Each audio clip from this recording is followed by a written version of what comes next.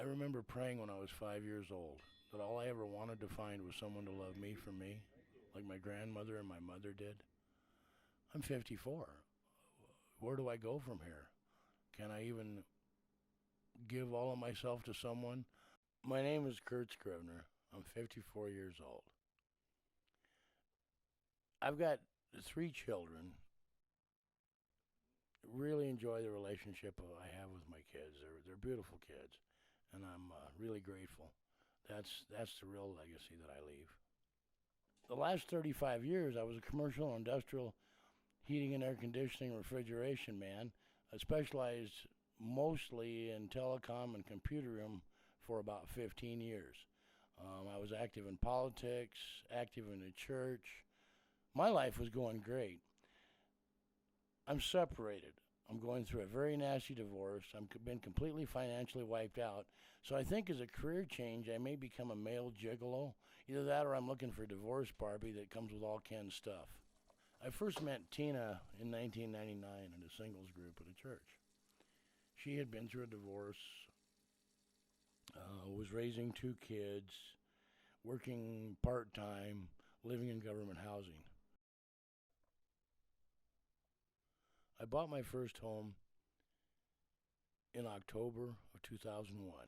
Throughout that time, I had remodeled the entire home, one room at a time, put a lot of time, money, and labor into it. We moved to the big house in May of 2009. I put almost $500,000 into that home. When we moved in, it didn't have fencing. It needed landscaping. I built a basketball court, a garage that was 3,000 square foot that had 200 amp electrical service that was heated and air conditioned. All those things. Horse buildings. It was an amazing place. Had never even been late a day on my mortgage payments before that. I finally got the smaller home back, was able to be there for about 2.5 months, but because she kept the renter's deposit and hadn't paid their water bills and stuff, they did some damage to the basement. I tried to clean the home up as best I could on a cash for keys deal. I tried to sell the home, but by then it had been so far into the foreclosure process there was no way to save it. I completely lost all the time, money, and years of work that I put into it, that we'd put into it. The big home was, everything was removed from that house. $1 million plus worth of stuff was sold, possessions wise. I guess everything from my dad's tools to my grandpa's tools and my uncle's tools to mine. You know, and I miss the fact that at this moment I don't have a single Father's Day present or birthday present that she got me. I was going to start a business in that garage, and I had 5 vehicles and auto parts for 2 of them there, restoring old trucks to put them back into the service industry to sell to contractors. You know, at one point I had 10 or 11 vehicles at the big home, plus a really, really nice boat. And I was left with one vehicle, not a special one or an old one that I had restored or was in the process of restoring, or a new one all nice and shiny. I was left with the highest mileage, most broken down vehicle of the entire fleet. I mean, I'm grateful to have the Suburban I got, yet it had way more mileage than trucks 25 years older that I had. You know, my favorite car that I lost was my 2010 Camaro. It was the first new car I'd ever had. It was Inferno Orange and Cyber Gray Metallic. It had every option that you could possibly order on them. I wonder, was I thrown life ropes, kind of like the proverbial lady on top of the house, and you know, in the flood, and the boat comes by and she doesn't get on it, and a helicopter comes by and she doesn't get on it. She thinks she's going to be okay, and then she just goes ahead and drowns and says, "What's up?" You know, maybe I was, and I didn't catch on. I'm a very intelligent man, but I think my people side is the thing that I've lacked most in my life. I think it's how I've been taken advantage of, I've been stolen from, and I've been hurt because of it. I certainly hope that I am more awake the rest of my life so I don't miss opportunities when they come. I was a couple days short of sleeping in the back of my Suburban. I was going to do that if it was necessary or whatever it took. What am I doing to prevent that is just trying to um, keep working towards goals and trying to establish them. And trying to open a business and trying to do this and do that and find work. And I'm in the smallest bedroom I've ever been in my life right now, where I'm living today.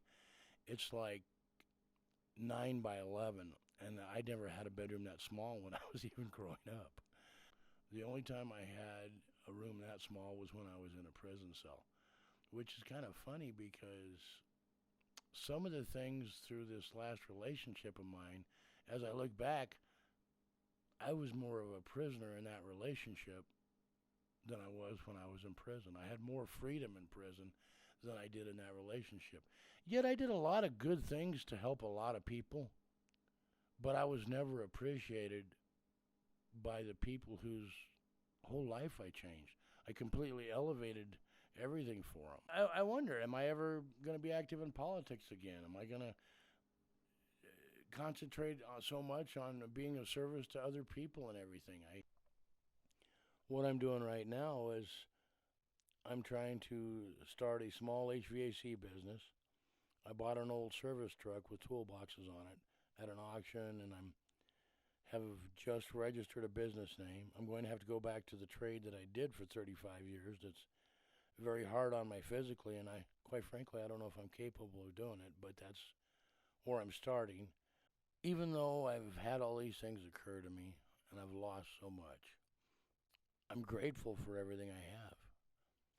I'm grateful that I have a roof over my head.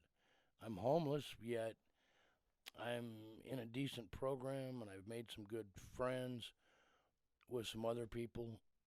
People that are actually, a couple of them are looking to me for leadership to help move them forward in their life because they see me doing things and moving forward in my life. Can I be a role model? Can I be a good partner and friend to other people? Can I help other people progress as well as myself? Yes, I can. I've always been that kind of person. Never been selfish, or self-centered. I've always taken care of others more than myself. Am I learning through this process that maybe I need to be a little more selfish? Have I lost a little of my trust? Yes, I have. Does that make me happy? No. I would have some advice for people who are going to get married or people who are couples and thinking about taking that plunge. Always make time special for each other. Try to set things like date nights and the rest of that. Be cognizant of working too much just to provide. I realize everybody wants the American dream and wants to provide for their family, but be cognizant of spending too much time at doing that. But most of all, always be open, talk to your partner, be willing. That commitment is everything. It's so devastating when it comes apart. I wouldn't want to see that happen to anybody.